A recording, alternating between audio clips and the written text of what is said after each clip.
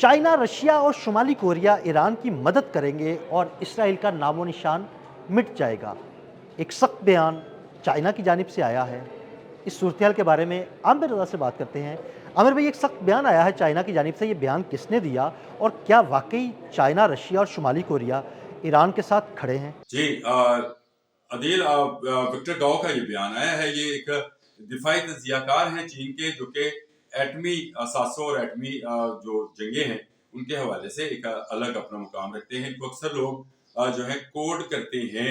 और विक्टर गाओ ने कहा है कि अगर ईरान पर अब के बड़ा हमला हुआ, यानी जिस हमले का बता रहे हैं डोनाल्ड ट्रंप, तो उन्होंने विक्टर गाओ ने कहा है कि ये एटमी जंग की तरफ चला जाएगा और इसराइल का नामो निशान जो है मिट जाएगा। यानी ये चीन की तरफ से एक तरह से अगर समझा जाए तो खुली वार्निंग है कि इस जंग को एटमी जंग ना बनाया जाए। इससे पहले जब हमारे वजीर खारजा इसहाक डार जो है चीन गए थे, तो चीनी वजारत खारजा की जो तर्जमान है उन्होंने भी यही बात कही थी। और उन्होंने फौरी तौर पर कहा था कि इसराइल और अमेरिका इस जंग को रोके, जो कि एटमी जंग की तरफ जा रही है। इसके बाद प्यूटन का ये बयान आया था और प्यूटन ने ये कहा था कि अगर ये एटमी जंग हुई तो दुनिया में कोई मुल्क इससे महफूज नहीं रहेगा।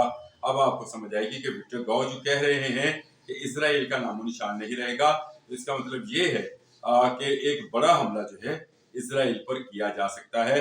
ये इतने ज्यादा मजाइल और इतने खतरनाक मजाइल होंगे जिनको रोकना जो है शायद इसराइल के अब बस में नहीं है। अभी आपने ताजा तरीन इतलात में सुना होगा कि हैफा की बंदरगाह पर फिर रॉकेट से हमला हुआ है और वहां पर इंफ्रास्ट्रक्चर को भारी नुकसान पहुंचा है। कुछ यहूदी मारे भी गए हैं और कुछ जख्मी हैं। तो इससे अंदाजा कीजिए कि हर आने वाले दिन के साथ जब ईरान पर हमला किया जाता है तो ईरान उसका जवाब देता है। एक पायलट को ढूंढने के लिए कई जहाज तबाह करा लिए जाते हैं। तो इसका मतलब यह है कि इनके पास गेम प्लान ही नहीं था कि अगर इनका कोई पायलट पकड़ा जाता है तो उसको वापस कैसे लेना है। जो पासदारानी इनकलाब है उन्होंने साफ लफ्जों में बताया है कि पायलट अभी उनके पास है। कुछ वीडियोस और तस्वीर जो हैं वो सामने भी आ रही हैं, सोशल मीडिया के हवाले से भी आ रही हैं। एक बयान भी सामने आ रहा है जिस कर्नल की बाजियाबी की बात की जा रही है, उसका अपना बयान है, उससे इंटरव्यू लिया जा रहा है और इंटरव्यू लेने वाला जो है उसके लबो लहजे से नजर आता है कि वो फारसी या ईरानी है और ईरानी तर्ज तखातब में जो है वो अंग्रेजी बोल रहा है। जैसे हम पंजाबी में अंग्रेजी बोल रहे होते हैं या उर्दू में अंग्रेजी बोल रहे होते हैं, वैसे ही उसका तकल्लम जो है या उसका लहजा जो है वो अंग्रेजी का पर्शियन वाला है। ये वो बात है जो कि इस बात को जाहिर करती है कि जो पायलट लेने की भारी मुबारकबादें वसूल कर रहे थे डोनाल्ड ट्रंप, पासदारानी इनकलाब ने उस पर भी पानी फेर दिया है। और विक्टर गाओ ने जो ये धमकी या ये कह ले कि तंबीह जारी की है, ये बिल्कुल सही है। ये जो डेडलाइन दी गई है और कहा गया है कि इस डेडलाइन के बाद तमाम इंफ्रास्ट्रक्चर को तबाह किया जाएगा, जो बिजली पैदा करने वाले कारखाने हैं या पुल हैं या बड़ी तंसीबात हैं उनको खत्म किया जाएगा। तो इस धमकी के बाद ये जंग एटमी जंग में बदल सकती है। आमिर भाई, कुछ ऐसी खबरें भी ज़ेरे गर्दिश है कि बैनुल बर्र-ए-आज़मी मिसाइल जो हैं वो शुमाली कोरिया की जानिब से ईरान मुंतकिल किए गए हैं। इन खबरों में किस हद तक सदाकत है? जी अदील, बिल्कुल आपने ठीक सवाल किया है कि ये खबरें भी गर्म हैं कि कोई ऐसे मिसाइल जो ICBM हैं वो शुमाली कोरिया से मुंतकिल किए गए हैं ईरान में। जैसे में ईरान के एक सहाफ़ी नुमा तज्जियाकार हैं जो मुख्तलिफ टीवी चैनल्स पर बैठकर जो है इस हवाले से तबसरा करते रहे हैं। लेकिन अब उनका ताज़ा तरीन तबसरा ये आया है कि ईरानी हुकाम ने भी इस बात की तरदीद की है कि उन्होंने इस जंग के दौरान शुमाली कोरिया से कोई असला लिया। देखें, जंग के दौरान कोई मुल्क दूसरे मुल्क को असला फराहम नहीं करता। इससे पहले मैं मिसालें दे चुका हूँ आपको। स्विट्जरलैंड और स्वीडन ने मना किया था इसराइल को कि हम आपको असले की सप्लाई नहीं देंगे। अमेरिका को भी उन्होंने इनकार कर दिया। आज की ताज़ा खबर है कि फ्रांस ने भी इनकार कर दिया है।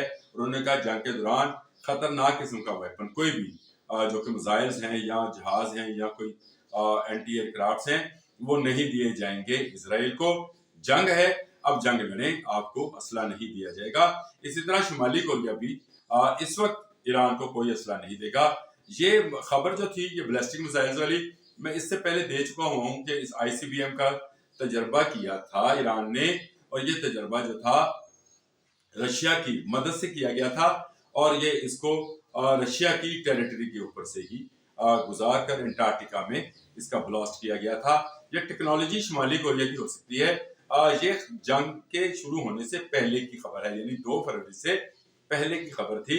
तबसरा भी हमने उसी वक्त किया था कि ईरान के पास ICBM टेक्नोलॉजी है, ईरान के पास 400 किलोग्राम यूरेनियम मौजूदा है। ये खबर भी हमने दी थी, 10 एटमी वॉरहेड्स वो बना सकते हैं। ये खबर भी हमने ब्रेक की थी। मैं ये समझता हूँ कि इस वक्त क्योंकि जंगी हालात हैं, इन जंगी हालात में हर मुल्क दूसरे मुल्क पर नजर रखे होता है। ये जो खबर थी कि कोई नए इंटरकॉन्टिनेंटल बैलिस्टिक मिसाइल जो हैं शुमाली कोरिया ने पहुंचा दिए हैं, तो ये कोई ढके छुपे रहने वाली चीज नहीं थी।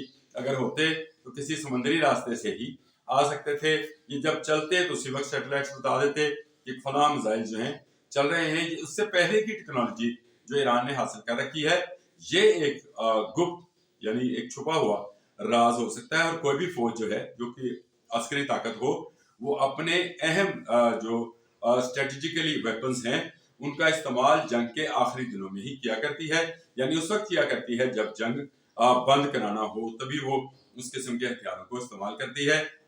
ये हथियार जो हैं ईरान ने अभी तक शो नहीं किए हैं। अगर उसके पास ICBM है तो ये अमेरिका के लिए भी खतरा है, और अगर उसके पास 400 किलोग्राम यूरेनियम मौजूदा पड़ा है जो कि 10 एटमी वॉरहेड्स बना सकता है, तो ये और खतरनाक बात है। विक्टर गाओ ने जो ये बात कही, इससे पहले चाइनी वजारत खारजा ये बात कह चुकी है, तो इसको हुकूमती मौक़िफ़ ही समझा जाए कि अगर इस जंग में अमेरिका कोई बड़ा हमला करता है तो उसका जवाब ईरान नहीं चीन भी देगा, और ये जंग प्यूटिन के मुताबिक एक एटमी जंग होगी जिसमें किसी का कुछ नहीं बचेगा। जी बहुत शुक्रिया आमिर भाई। जी बिल्कुल, आमिर रज़ा ने बड़ी तफसील के साथ आपको इस सारे मामले के बारे में बताया। मज़ीद अपडेट्स के लिए हमें फॉलो करते रहें। अब तक के लिए अदील अहमद और आमिर रज़ा को इजाज़त दीजिएगा। अल्लाह हाफ़िज़।